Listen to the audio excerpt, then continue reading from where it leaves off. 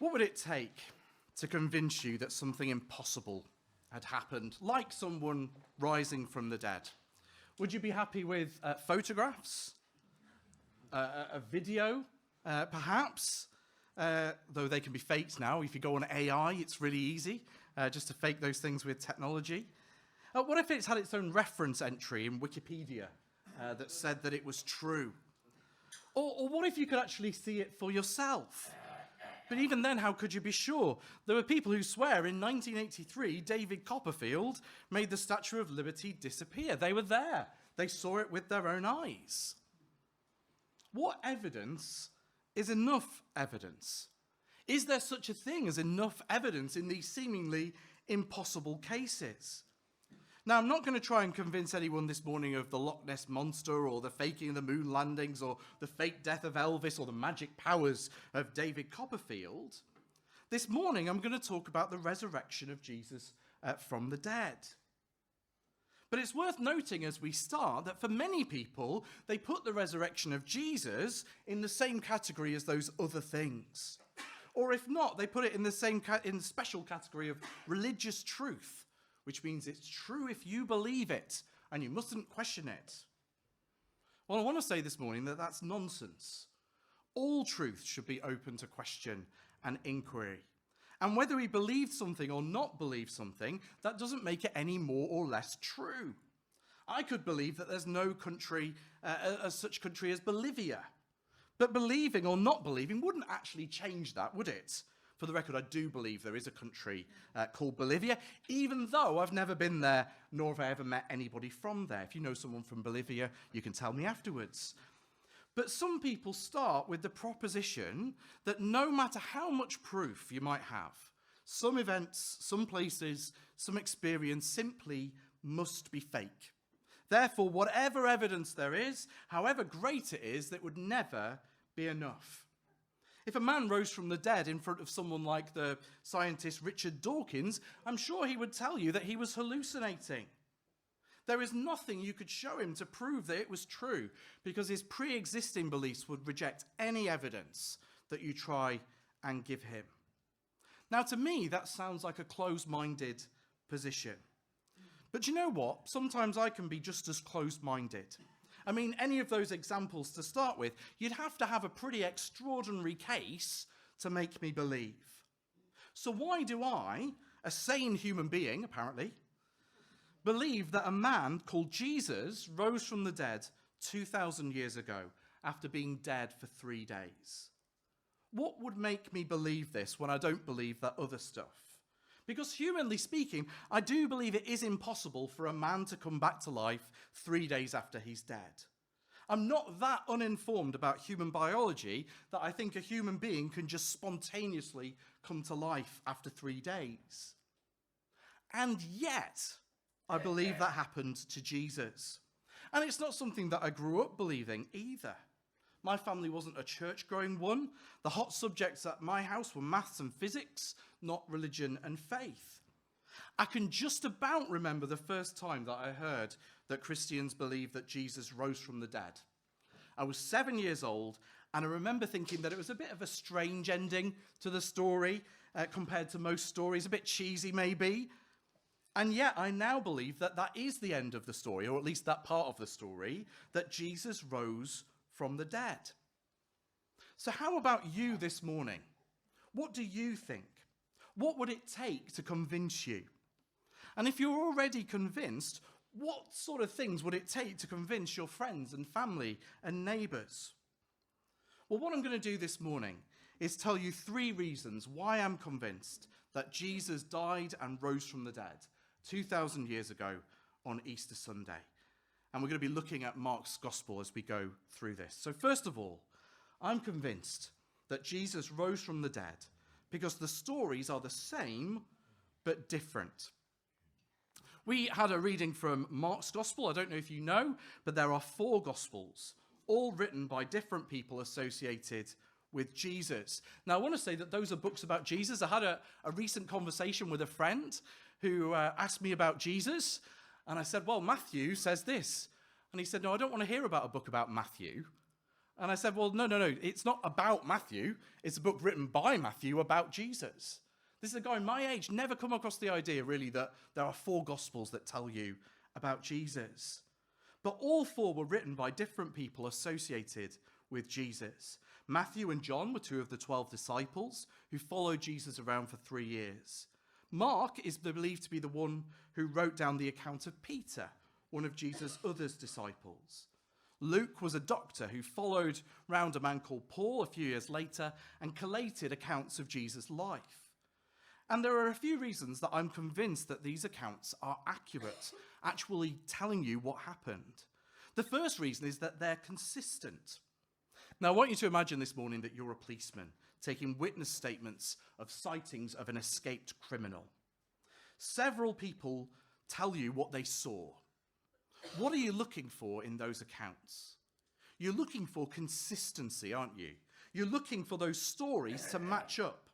If the stories are consistent, it's more likely that their statements are true. Now, it's obvious from a glance, even a glance read of Matthew, Mark, and Luke, that they all follow a similar pattern. In fact, in some places, it's word for word, and they all follow a similar structure. And that's either because there was a pre-existing story that was being told that they adapted, or because Matthew and Luke based theirs on Peter's account, a first-hand account to Mark. Either way, as you read through them, there's a consistency between them. And we're actually looking at the earliest ones, most people reckon, and most people believe that this is the one that we sort of base the other ones on. And people have spent 2,000 years looking for contradictions in those accounts, but have found none. And believe me, they have looked. When I was at school, I was challenged that the Bible was full of contradictions by another kid in my school. So I offered him my allowance for that month if he could bring me a contradiction. I am still waiting. It's a few years ago, obviously, but he kept bringing me things, but none of them were contradictions, as we'll come to in a minute. There are not contradictions in these accounts. That's Matthew, Mark, and Luke. John sort of does his own thing. His gospel is very different, but the accounts are still consistent with the other ones that we read. Even though he tells very different stories, they fit into the framework of the other gospels. You'd expect him, after all, to tell different stories. He'd followed Jesus around for 3 years. I imagine there would be plenty of stories to tell. But consistency is not enough to convince me. There's also inconsistency. There's a potential with consistent accounts that they're too consistent. Go back to our criminal sighting. Imagine all the witnesses say exactly the same thing, wrote like from a script. So, he was 5'7" in a mauve bomber jacket selling seashells on the seashore. And the next one says he was 5'7" in a mauve bomber jacket selling seashells on the seashore. Now, if you're a policeman, you're going to be suspicious at that. It sounds more like a hoax because it sounds like they practiced their answers beforehand. But although there are no contradictions in the Gospels, there are plenty of inconsistencies. Let me read to you a bit from Matthew's Gospel. I'll put it up on the screen and see if you can spot some of the differences from what we read. Now, after the Sabbath, towards the dawn of the first day of the week, Mary Magdalene and the other Mary went to the tomb. No mention of Salome, who was there. And behold, there was a great earthquake, no mention in Mark. And an angel of the Lord descended from heaven and came and rolled back the stone and sat on it. In Mark, it was a young man in white. His appearance was like lightning and his clothing white as snow. And for fear of him, the guards trembled and became like dead men. None of that in Mark's gospel. But the angel said to the women, "Do not be afraid, for I know that you seek Jesus who was crucified. He is not here. For he has risen, as he said. Come and see the place where he lay. Then go quickly and tell his disciples that he has risen from the dead." Just says, go tell his disciples. I could go on. I'll carry it on. But there are all sorts of inconsistencies there. But are any of them contradictions? Most of them are quite simple, aren't they? No mention of Salome. Perhaps Matthew didn't know that Salome was there. Earthquake, just not mentioned. The closest that you get is the angel that sat on top of the stone in Matthew, but is inside this tomb in Mark. Not a contradiction, he just got off and went inside. I mean, imagine if you were the policeman. I saw a criminal sat on a bench. And then someone else says, I saw a criminal walking on the pavement. It's not a contradiction. It's just timing. I mean, how did he get to the bench? He had to walk there, didn't he? The criminal had a coat on. The criminal didn't have a coat on. Sounds like a contradiction, but again, it's either timing, he took his coat off, or it wasn't a coat, it was a gilet, according to one of them, because they're, posh from the south or something, I don't know. But they're both agreeing, but they're disagreeing over vocabulary, just it's the same thing. The criminal was wearing a blue badge. The other one doesn't mention a blue badge. Well, one witness might not have been able to see it from the way that he was turned. And if you were someone like Matthew writing later, why would you add these details that seem different? He's obviously got access to Mark's gospel or an earlier account, so why did he push the boundaries of that agreement? Well, because Matthew was writing what he saw, what he found, what he'd experienced. So were John, so were Luke. All had access to different information, seeing things from different angles, but all reporting a singular event. And that's what you'd expect in real life, wouldn't it? My story of an evening out, even though you share it with me, might be very different. So imagine if you took me to a Michael Bublé concert, you might focus on the music and what he wore and the order that he sang the songs, and I might focus on how many bricks there were on the wall or, the exact time that he finished singing, that sort of thing. Now, those things wouldn't be contradictory accounts. They'd just be different perspectives on the same one. Inconsistency actually smacks of reality if there's no actual contradiction. That's how things really work in real life, don't they? So I'm convinced that it's true because the stories are the same, but different. Secondly, I'm convinced because we get real witnesses, not ideal witnesses. If you were to go back at some of those ideas from the start, who would you want as your eyewitnesses? Who would you want to stand up there and say, I'm not so crazy because so-and-so agrees with me? Perhaps it would be some leading scientists, perhaps some prominent judges, perhaps some well-respected journalists. If you were free to make it up, who would you choose? Well, who you wouldn't choose is who Mark gives us. Mary, Mary, and Salome. The first Mary is probably Mary Magdalene. It's Mark's Gospel's first mention of her, often linked with a prostitute in the Gospels called Mary, but there's no actual evidence that links them together. But she's certainly not a main character in Mark. This is the first time she's mentioned. Mary, mother of Joseph and James, again, rarely mentioned. Some think it's another way of putting Mary, Jesus' mother, but that would be a strange way of putting it. Why don't you just say Jesus' mother rather than listing off other people? Salome, well, she's only mentioned here in any gospel. All sorts of traditions about her, but we don't know anything about her for certain. These are nobodies. They are the same women who saw where he was buried in the previous chapter, and that is significant. But in their culture, they were not really respected. They were seen as nobodies.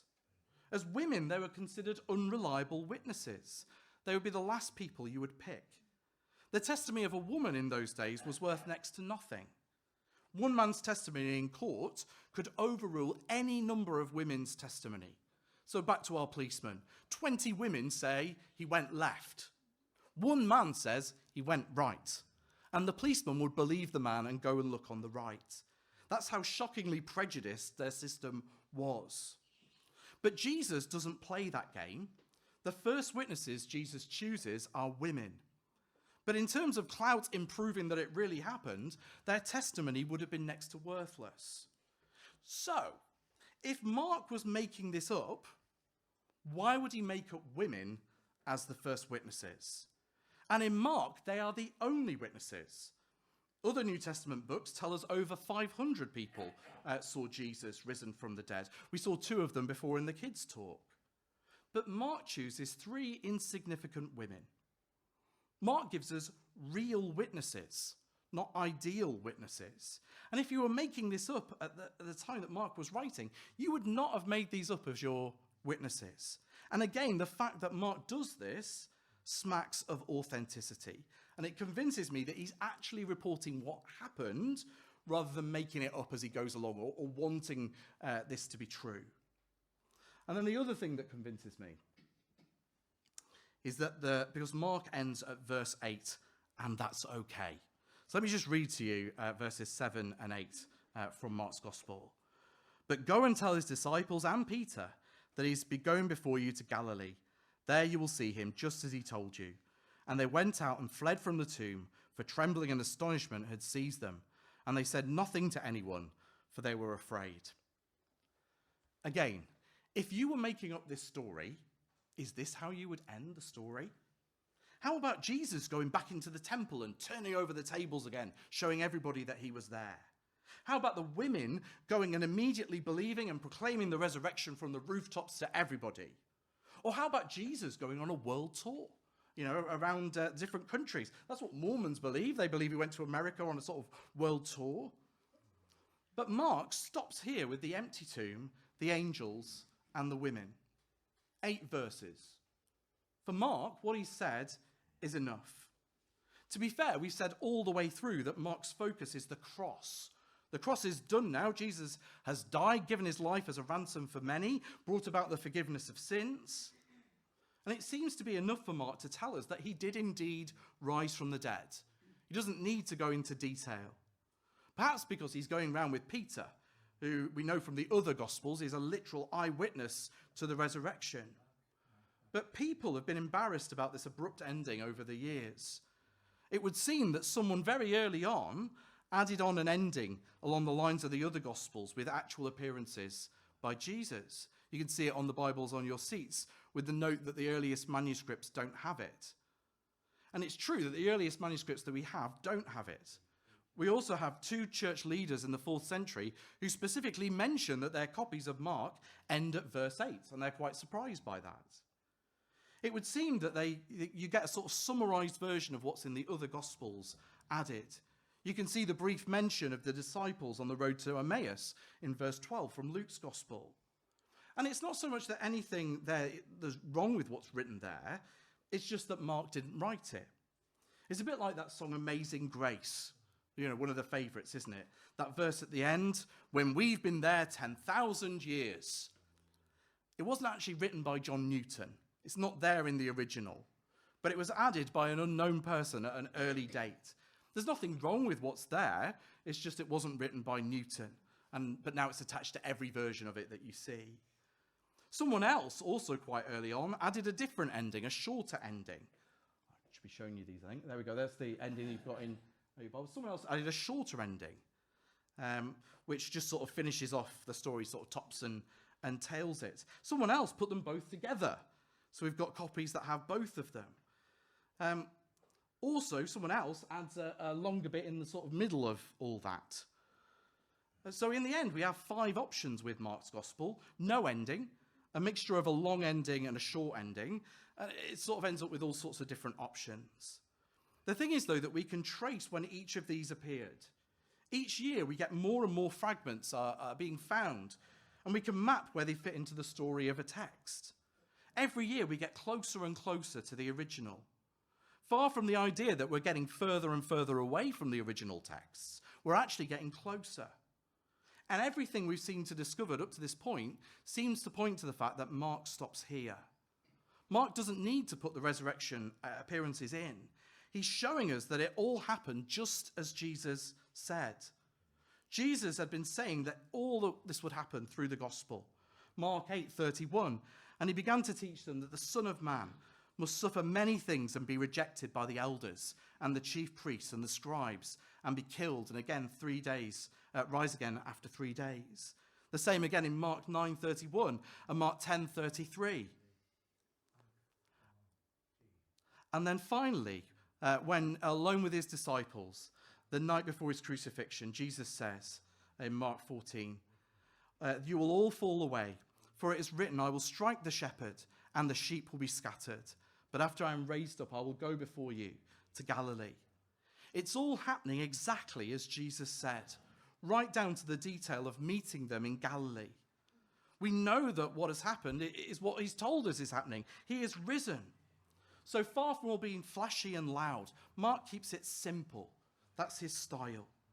The gospel starts abruptly with John the Baptist seemingly appearing from nowhere, and it ends with the women leaving the tomb in fear.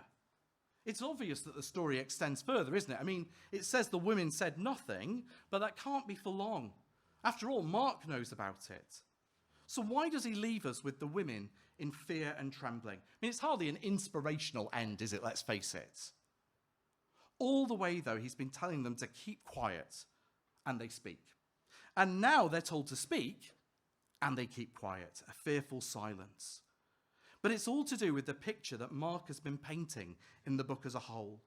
The contrast that Mark has been showing us. Here's what Mark has been telling us about fear. 3 examples. He said to them, "Why are you so afraid? Have you still no faith?" Mark 5:36. But Jesus overheard them and said to Jairus, "Don't be afraid, just have faith." Or Mark 33. But the woman came afraid and trembling, and he said to her, "Daughter, your faith has made you well." Fear and faith are put next to each other, side by side, all the way through Mark's Gospels. The other Gospels do it, but Mark especially so. So when Mark finishes with fear, he wants you to be asking the question, where is the faith? It's a challenge to the reader. Will you believe? What do you think? What will you do with Jesus' resurrection? Fear or faith? So I'll finish where I started, where Mark wants us to finish. What would it take to convince you that Jesus rose from the dead? What would it take for you to believe? What would it take for you to have faith that these women should have had? We've seen that the stories are the same but different, smacking of authenticity. We've seen that the witnesses Mark gives us are real witnesses, not ideal witnesses, again pointing to real-life events, not made-up stories. We've seen that Mark doesn't sensationalize the resurrection. He gives us 8 simple verses and then leaves us to make up our minds for ourselves. So what would it take for you to believe this morning? Do you need more? If you do, how much more before you believe the impossible happened? If you permit me to speak frankly for a moment, I suspect that many of us, the demand for evidence is not a genuine plea. We say we want more evidence when actually we think about it, no amount of evidence would convince us. We've already made up our minds. To the point that if Jesus stood here this morning, we'd still in our hearts believe it was a trick.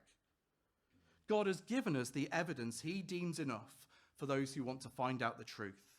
It may not be as much as some of us would want, but how much is reasonable? We have documents from the time. We have records of people who claim to see this firsthand and were prepared to be executed rather than renounce their claims. We have 2,000 years of examination of these texts. We have millions of people all over the world who claim to be personally affected by these truths. Men and women, young and old, rich and poor, from scientists to shelf stackers, from doctors to rock stars, black, white, and all shades in between. If this is a delusion, it's the most universal delusion this world has ever known.